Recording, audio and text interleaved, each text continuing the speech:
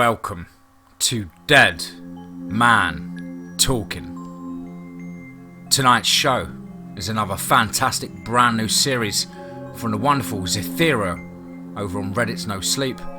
As ever, please do let me know down below in the comments what you thought. Please do like and share and help build this channel and community. And of course, don't forget to hashtag TeamFEAR. Without further ado, let's get into tonight's story, entitled I work at the NSA. I found a military program called Project Winter. Let's get straight into that.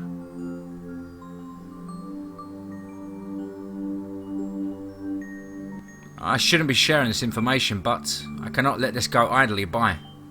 I know I'm going to be called a conspiracy nutjob, but you need to believe me. I work as an NSA contractor, and we have a protocol called Packet Catch. And without going into technicalities, it isolates outgoing internet traffic for some locations and prevents it from reaching its server. To ensure the user is unaware, the system sends a false received signal, posing as the accepting server. Basically, you make a Facebook or Reddit post, the OP gets a posted successfully message, even seeing the posts themselves, but the thing never goes anywhere. This gives us the ability to not only intercept communications, but to sandbox them entirely. It's disturbing tech, but not as disturbing as what I saw caught. This communication came through. It got filed under a huge program called Project Winter. Below, I have the debrief. I don't have time to decrypt some portions. I barely had time to translate this. I hope this post is okay. I've disabled Packet Catch in my office for now, but I don't know how long I have. File 1 state 785-321-1256. Origin ISIS 45. Info: intercepted communication via NSA Packet Catch Protocol 55. Supervising Officer General Scott Drake. Classification level Top Secret. Source: Talal al-Safar. Summary: Asset information has been encrypted. Intercepted communication of ISIS fighter. The purpose was to warn of asset encryption incursion. Asset had previously eliminated target designated primarily and was en route to the secondary target location. Transcript to follow. Translated from Modern Standard Arabic. Begin NSA Packet Catch Protocol. Intercept. My brothers, I cannot send this through the normal channels. I will address the world, for they must know of the horrors the Crusaders are unleashing. My name is Abu Adani. I have fled my camp and my brothers. They are all dead, slaughtered by the Crusaders' beast. We were camped out, a fire going and talking about our strategies, how much land we had lost, how the Crusaders are pushing us back so suddenly despite a lack of drone strikes. It was then the proximity alarms went off. Mullah takes his rifle with Mishin and Ali. What is out there, Mishin? Mullah asks. Mishin looks out through his thermal goggles. It's at least 3 of them, very close together. He looks at his goggles in frustration. This must be broken. A loud howl is heard from the darkness. All of us ready our weapons. Mullah even picks up his rocket. We alert the camp, everyone getting their weapons and rousing our sleeping brethren. Myself, Mullah, Mishin and Ali head out over to June, weapons at the ready while the camp turns on the floodlights and starts generators. On the far side of the camp, one of the lights suddenly goes down. We hear shots being fired and screaming. We run as quickly as we can to the other side of the camp, but stop as another light post fouls, sparks flying. Only the lights of the guns and sounds of conflict and screaming coming from the fallen lights. A sudden explosion occurs. A truck carrying fuel flies into the air in a fiery blaze. Someone launched a rocket inside the camp? What fool would do such a thing? Soon the next closest light is knocked down and the same sounds are heard. Gunfire, screaming, and then silence. We are standing at the next light post. We run, heading into the desert darkness, hoping to outrun whatever it is that is attacking us. Mishin turns and looks at the camp with his thermal goggles. "Something is coming," he shouts. Before any of us can react, Ali shouts, "A beast!" And before our eyes, a hulking mass of white fur and muscle attacks Ali, ripping his head off in an instant and flinging the rest of his body at Mullah. I start shooting the beast. Mishin tries to ready his rifle, but the creature rips his arm off. As it draws closer to me, I can see it illuminated by my gunfire. Its head is that of a wolf, massive jaws and rows of teeth surrounded by black jowls of white fur. 2 pointed ears on its head twist and twitch, searching for noise. Its yellow eyes fix on me, and its nearly 10-foot tall mass barreling toward me. Each moment of gunfire shows my bullets pitting into its white fur, staining it red. I continue to fire, trying to strike the creature's head. A hail of bullets collides with the mighty beast's skull, and it falls to the ground with a yipe and a whimper, sliding dead in front of my feet. Mullah staggers towards me. His leg is injured from having Ali's corpse held at him. Before our eyes, the beast begins to shrink, seemingly dead. Before long, the beast turns into nothing more than a man. He is a powerful-looking man with very dark skin and no hair. The only thing he wears is a set of dog tags, and they read, Encrypted. We drag his horse back to camp and begin to build the fire taller, ready to dispose of the body. Whatever unholy creature this is, it must be burnt. That is what we thought. Other fighters join our efforts as we try to ready the fire and make it hotter. It has to burn this unclean thing to ash. Mullah groans in pain. What was that? Abu? Abu, is that a man? That thing. It was huge. A monster. The Crusaders grow desperate. They make pacts with demons from hell to destroy us. But we will not let them win. By Allah, we will triumph over the Crusaders as always. Before I finish, I hear screaming from behind me. I turn only to see one man being dragged off behind a tent. The body of the creature now gone. Nothing but a trail of blood in the sand leading to the rest of the camp. Mullah is limping, but has his rifle ready to die in battle as a martyr. Other fighters join me, who is what I'm unsure of at the time. All of us surround the fire, our backs to it, hoping it will stave off the beast. Of the 10 tents, there seems to be 3 already ravaged. We spot the beast running from one tent and moving to a 4th. More gunfire now, blood splatters against tents and limbs can be seen hurled into the air before the light is snuffed out. More men run from the camp towards our fire, joining us in our last stand. We open fire, trying to cover their escape, our shots barely distracting the creature's attention. After a few moments, all is quiet in the camp. We can hear the sounds of the generators being powered down, an occasional burst of gunfire, and the lights are all out. The only lights from the bonfire behind us. Our shadows obscure the now darkened camp, and I hear the sounds of shuffling men behind me, some reloading their rifles, some kneeling and praying to Allah. From the darkness, the creature leaps into the air, howling, and pounces onto Mullah, killing him as I hear his spine snap, his ribcage collapsing beneath the weight of the mighty beast. The creature swiftly rips his head from his body, despite Mullah's body being crushed. One of the fighters points his rocket at the beast, and before I can stop him, the creature pounces on him next. The fighter falls into the fire, and the creature pushing him with the massive hands. It does so knowingly. It grins a sick smile at me, its yellow eyes locking on my own as it does. My eyes grow wide as I watch my brothers in arms burnt to a cinder. I drop my weapon and run as fast as I can. In the distance, I hear the screaming panic of my fellow fighters. But I must live to tell others. I know I must. I hear more screaming, bursts of gunfire, and then the sound of ripping and tearing flesh mixed with the beast's cries of pain. Finally, I turn, only to see an explosion. The bonfire blasting into the air. Someone must have fired their rocket to the fire, or a grenade went off inside of it.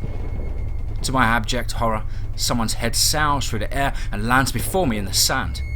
I turn away, hearing more sounds of death and horror. In desperation, I stop near the decapitated head and begin to dig into the sand frantically.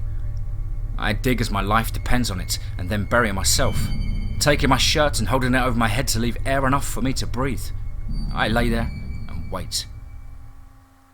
The waiting seems to take hours. The sounds of the beast ravaging the camp muted by the sand over my shirt. My body freezes as I feel the footsteps near me. The sand vibrates with the mass of the creature. I can hear its breath, sniffing and snorting in the air. It sniffs near me, and I pray to Allah that it's sniffing the decapitated head. I feel something on top of me, something rolling. The creature is rolling the head over me. I hold my breath, trying to remain perfectly still.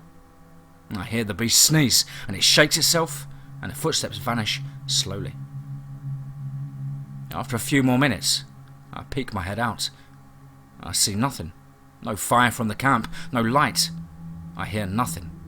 No sounds of my fellow fighters, no sounds from anything living. Even the head is missing, likely taken by the unholy monstrosity of the Crusaders. I jump to my feet and run. I run and I do not look back. And for hours I run until I see the next camp. The fighters there help me, get me to my feet and give me water. If it had been a day, I never could have crossed such a distance in the sun. That is why I write this now, and I will send it to the world. My God, I hear the howling. I must send this before the Crusaders' beast devours me. Be warned! The Crusaders have sold their souls for victory. End packet intercept. Run received signal. Success. Enclosed documentation considered classified. Top secret. Air-gapped storage only. Distribution of file in any form is a federal offence. I will try to upload more of this when I can. Right now, it's difficult to even get this stuff out.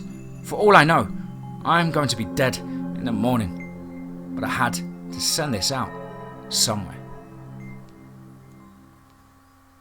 I work at the NSA. I found a military program called Project Winter. Part 2. Let's get straight into that. I found out more information on this thing. This is a debrief of a pilot working the operation. This is some kind of mission or running up of the military. I found this project under the name Project Winter.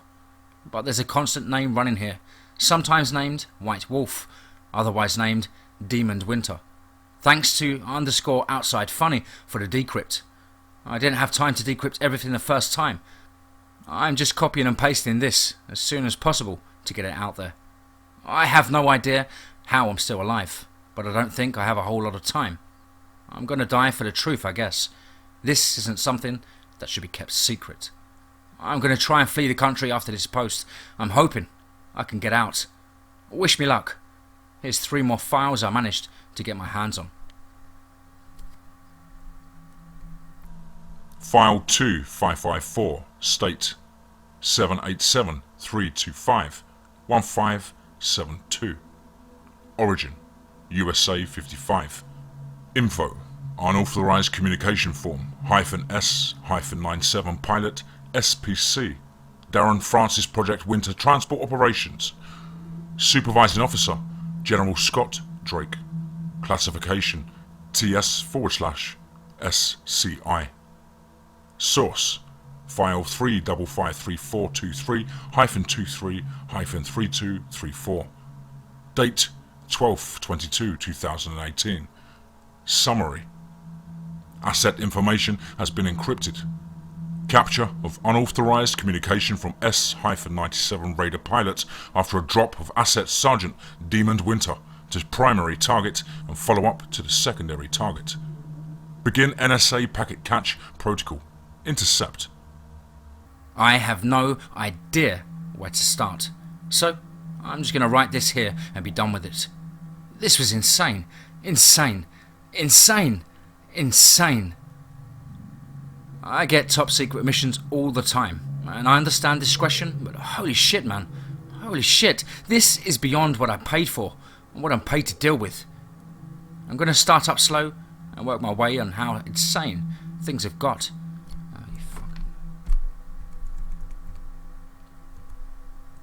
I'm going to start up slow and work my way up to how insane things have got. I'm a S-97 Raider pilot, SPC, Darren Francis. I do drops all of the time for spec ops in this thing. Sometimes solo, usually not. Usually I'm happy to fly this thing. It's one of the few transport choppers that can hold its own in a firefight. I got tapped by General Scott Drake for work on his special project. I was told I'll be dropping off in a specialised raider. Had some stealth tech on it, self-destruct button included. Awesome sounding, right? Wrong. Real wrong. It all started out as a normal mission as far as I knew. Sitting at the base waiting for my passengers. I knew I had a crew of 2. That was all the intel I got. That and the destination. 2 guys start towards my chopper, and at this point I realised something was up. The first guy seemed like your normal everyday soldier. A black dude, about 6'1" maybe, high and tight cut, wearing desert fatigues, olive rucksack, had a weapons case in his other hand and some pretty heavy mirrored sunglasses. The last bit was odd, considering how it was near dusk at the base. Granted, all other times it was bright as hell in the desert. The second guy, he was different. Another black dude, sure, but this guy was almost 6'6", bald head and mean looking. He was walking behind the other soldier wearing nothing but camo vest, pants and boots. It doesn't even look like his boots are tied. Guy has no gear and just a pair of cigars in his hand as he gets to the chopper. The first guy climbs up into the chopper and plops himself down in the co-pilot's seat. He offers to shake my hand. Sergeant Elon Winter, nice to meet you. I shake his hand. Specialist Darren Francis, you fly one of these before? I ask as I spin up the dual rotors. He nods. Oh yeah, I only crashed one. He grins. I frown. We only have 2. Well, now we do, he laughs, slapping me on the shoulder. I'm fucking with you, pilot. Calm down. The big guy peeks his head between us after he shuts the side door. Stop fucking around, Elon. It's going to be sundown soon. He glances at me. Killing time? With that, he fades into the back and straps in. Sergeant Elon looks at me. That's my older brother Demon. Don't piss him off. I frown and get the raider ready to launch. Sergeant Elon looks to the controls and checks some pre-flight stuff with me. I'm surprised because this is normally a solo kind of run, or so I was told. Not many people fly these raiders. The S-97 is newer than new, not technically in service yet. They didn't tell me I was going to be having a co-pilot. It's a nice surprise, I inform Sergeant Elon. He smiles to me. I picked up most of this stuff from other pilots. Eventually got myself cleared for test flights and such. Granted, I've never taken one full bore. Gives me a sly glance. I chuckle. You know damn well it's only rated at 200 knots. I get the chopper in the air, keeping her level. Sergeant Elon straps in. Yeah, just because they don't want their baby's paint job scratched up. He looks to me. Punch it? I nod and I get the raider in the air. After we are a good distance from the base, I let the damn thing rip. I love this bird because while flying level, the damn thing doesn't shake. It doesn't heave and barely vibrates. I glance at the airspeed gauge and laugh as I see it hit 250 knots. Elon speaks into the co-pilot headset. Unofficial records 255. I nod as I see us creep towards 254. Wouldn't know you were going that fast unless you kept an eye on the gauges. Sergeant Elon shouts as we hit 256. Oh baby, let's book it! Sergeant Demon growls from the back. What the fuck are you hooting about? Sergeant Elon chuckles, looking back to the cabin. Just working on getting you to the drop zone early, brother. Sergeant Demon merely leans back, head hitting the headrest of his seat. Get us there in one piece. I lean over. Did he say speed up? And Sergeant Elon nods. Yes, he did. I grin as we push the raider to 270.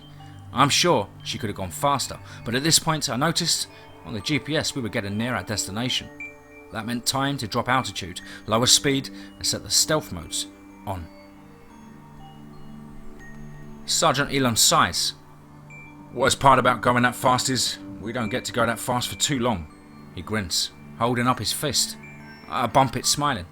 You're better company than most sergeants, I shout.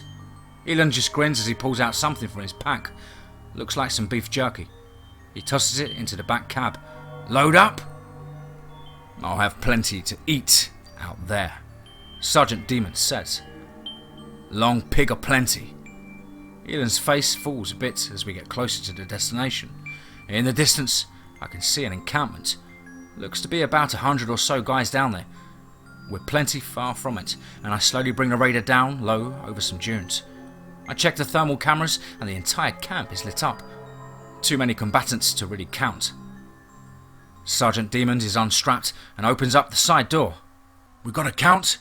I shake my head. "Too hot, man. That place has at least 100 combatants. I don't think this is going to work without an airstrike." "It's a fucking buffet," Sergeant Demond says, shooting me a serious look, his eyes flashing yellow. "All I can eat." He jumps down, and I notice he left his boots inside. I look to Sergeant Elon. Did he just take his boots off?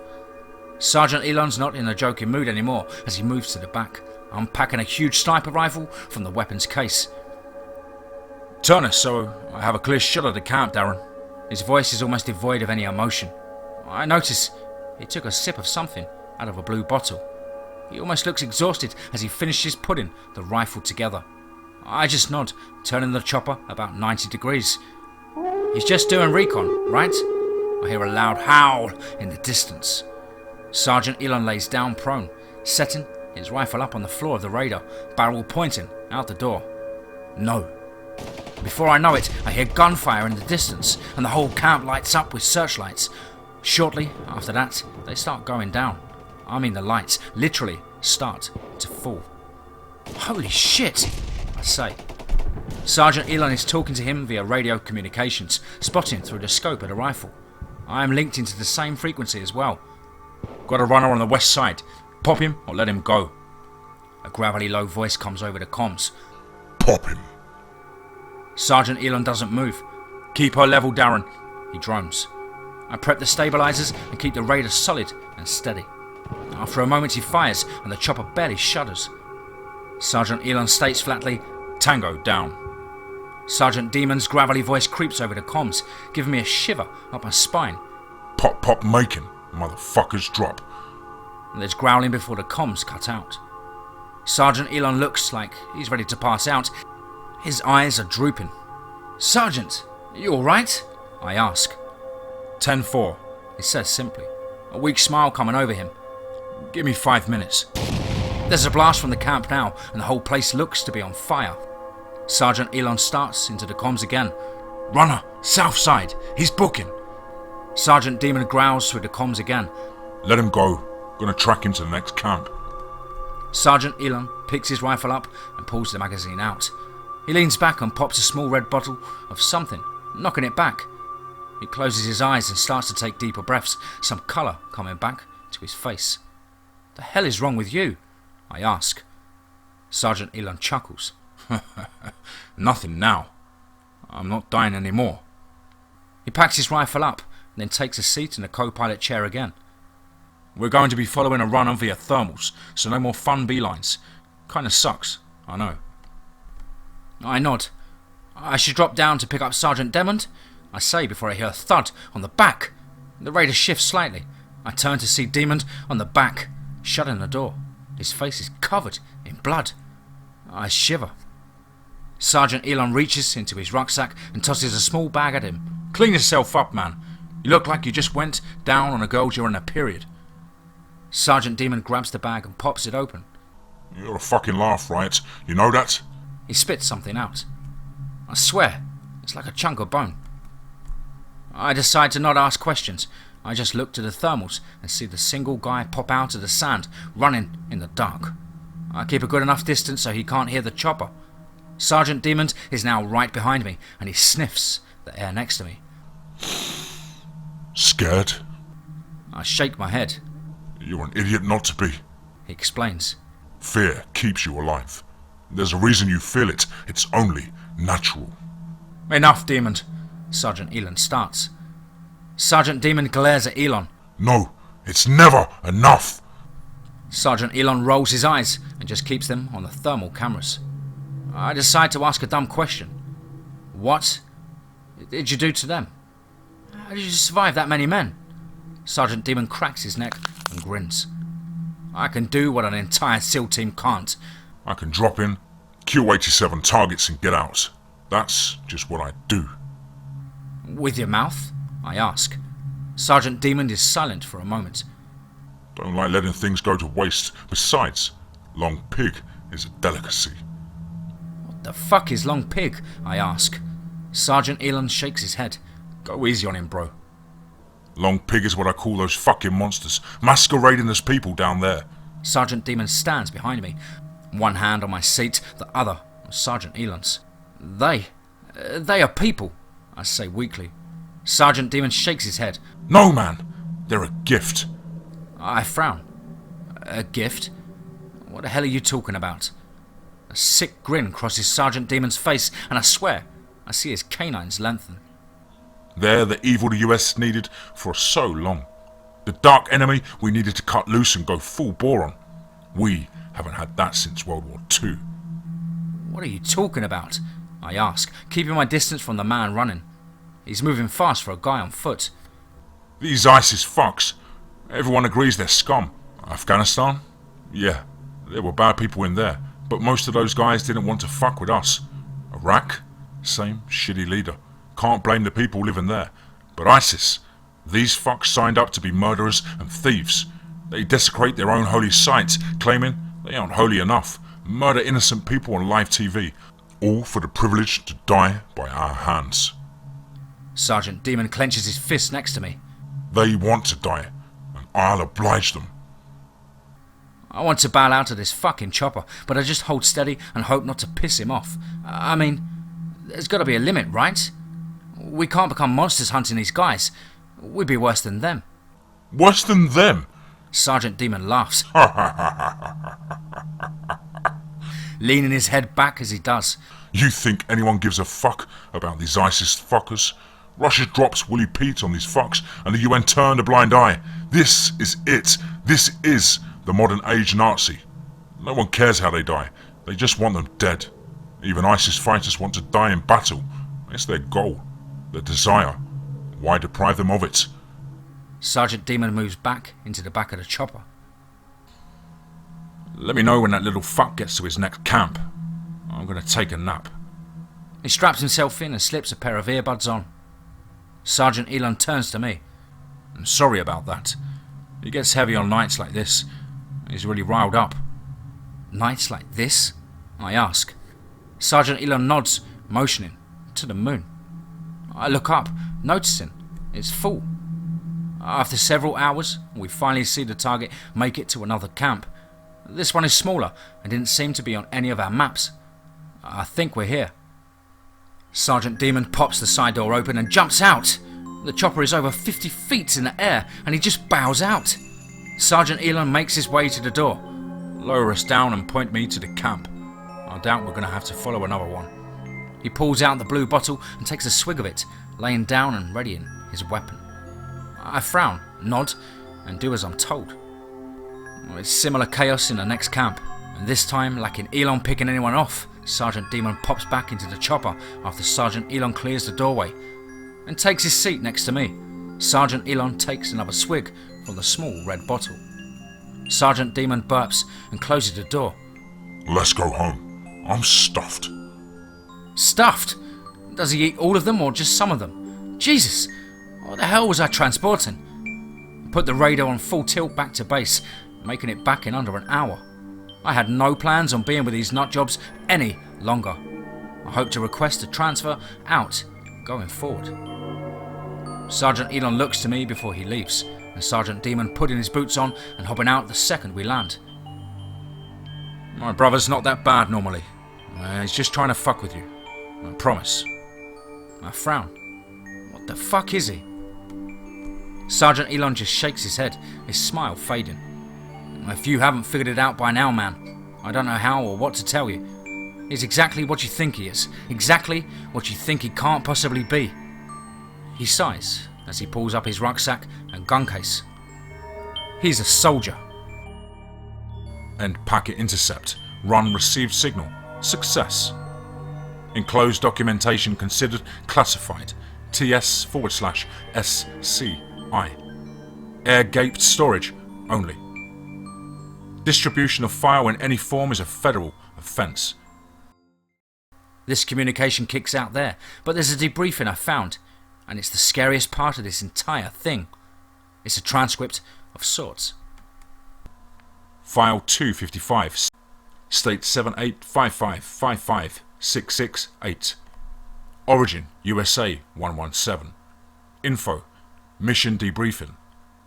Supervising Officer, General Scott Drake. Classification, TS/SCI. Source file, 6688-55-1174. Date, 5th of the 5th, 2017.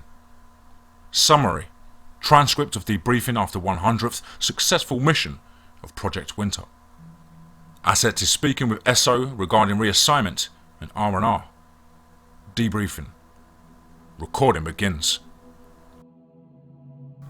Gen Drake, debriefing number 100, mission success. Asset Sergeant Demon Winter, SO General Scott Drake, date May the 5th, 2017. Sergeant Winter. Happy Cinco de Mayo, sir. General Drake. Comfortable, Sergeant? Sergeant Winter. No, sir. General Drake. Well, that's a shame. Wanted to see how you were doing. Seemed to be going better than the previous program so far. Sergeant Winter. Lightning doesn't strike twice, it seems, sir. General Drake. More like a twister than the way we found the other volunteer. Sergeant Winter. You wanted me to create someone like me, but didn't give them the opportunity to tear men apart. I had to defend myself. What did you expect, sir? General Drake. I expected a pack. I didn't expect to find two men with their throats ripped out. Sergeant Winter. They fucked with the wrong alpha. General Drake. I guess that makes you unique, doesn't it? Seems you're better working alone. Papers shuffle and sounds of them sliding across the surface. General Drake. The program is going to take a hiatus while we prepare some better transports for you. Growling noise, followed by something slamming down on a tabletop. Sergeant Winter. Are you trying to mothball me? More growling. Sir. General Drake. No, Sergeant. We're merely giving you a break. You've done over 100 missions so far. We're pleased. But we don't want you to work too hard. Sergeant Winter. Permission to speak freely, sir. General Drake. I regret it, but granted. Sergeant Winter. I love to kill, sir. I lust to kill. I feel at home in blood, gore and death. You send me home, and you'll find I will do the same. Just stateside. General Drake. So, a repeat of your father then. Growling and snarling is heard. A chair slams into a nearby glass window, shattering it. Sergeant Winter. You want to end up like him too, sir? A pistol is heard being cocked. General Drake. Sergeant, I want to remind you of two things. Firstly, is the chain of command and threatening a senior officer. Second, is the silver nitrate rounds I have loaded into this pistol. I may be an old man, but I am still a crack shot, and I'll plant it right in your heart. Chair scrapes against the ground, and is set back up. Sergeant Winter. Sorry, sir. You know how my father antagonizes me, sir. General Drake. Is his death keeping you in this program to begin with, lest you want to go home and face charges for murder? Sergeant Winter. Yes, sir. General Drake. As I've said, a lifetime in solitary, no one wants that, especially one with a lifetime like yours. Sergeant Winter. Understood, sir. General Drake. Regardless, if you don't take the R&R, then I'll push you back to active duty. Sergeant Winter. Thank you, sir. General Drake. But your brother is likely to want to take a break. Sergeant Winter. Understood, sir. General Drake. Good. We'll get you back out there in a week. Think you can hold out till then? Sergeant Winter. No promises, sir. General Drake. Maybe one of you is all we need. End of recording. Enclosed documentation considered classified. TS/SCI. Air gate storage only. Distribution of file in any form is a federal offence. This guy ran a shitload of ops, but I don't think he's doing it anymore. I found some details here in the final file I'll upload. File 3547, state 5856588742. Origin USA 55. Info, Project Debrief, Mission Commencement. Supervising Officer, General Scott Drake. Classification TS/SCI. Source file 7755-32-6585. Date 1st to the 31st, 218. Summary. Recommendation from Captain Sofia Vasquez regarding key asset in Project Winter. Debrief. Reading Sergeant Winter's debriefs puts great concern on whether or not Sergeant Demon Winter can adapt to normal society after countless successful missions in a solo environment outside of his own brother, Sergeant Elon Winter. Add to his hostile reactions to off-duty recommendations towards multiple SOs, makes his integration highly unlikely. On numerous occasions, Sergeant Demon Winter has expressed his love of killing and states that the war cannot be won without him. Outside of egotistical behaviour, this appears borderline psychotic. Recommendation would be to reinsert into another hostile environment where Sergeant Winter is more or most comfortable. Either that or mental health counselling to ensure he can properly adapt to life at home. But this is doubtful. I feel Sergeant Demon Winter would refuse mental health evaluations at every turn. Sergeant Winter has already requested reassignment. Highly recommend that he be given that reassignment rather than being sent home. Sergeant Winter would be happy to be killed in action than return stateside. I share General Scott Drake's opinion that we all would be better off as well. Captain Sofia Vasquez, USA. Project End. Asset to be assigned to Project Serap. Per requesting officer Colonel James Montgomery Anderson. Transfer of SO from General Scott Drake to Major T.C. I literally cannot find anything on Project Serap. It's like the file doesn't exist on the database, which is insane. It's one thing to see something showing up as classified and getting no access. Another, not to even see it at all. I wonder if they don't even have it on the database at all. Maybe only on paper. I can't imagine why they wouldn't trust their own computers. Nor do I get why the SO's name is abbreviated here. I'll see if I can get any more information on Project Serap. But for now, this is all the interesting stuff I have on Project Winter. Wish me luck in Cuba.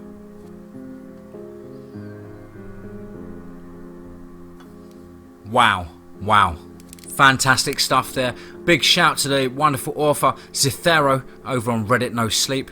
Please, as ever, guys, do take time to check out the link in the description for his Reddit there. Got some fantastic stuff. Last month was the second most voted author over on No Sleep, so very, very up and coming and very exciting author to follow. As ever, though, please do let us know what you thought down below. Please do like and share and help build the channel and community. Stay tuned for the next parts. I will update that as soon as they are ready to go and get them up here for you all to enjoy.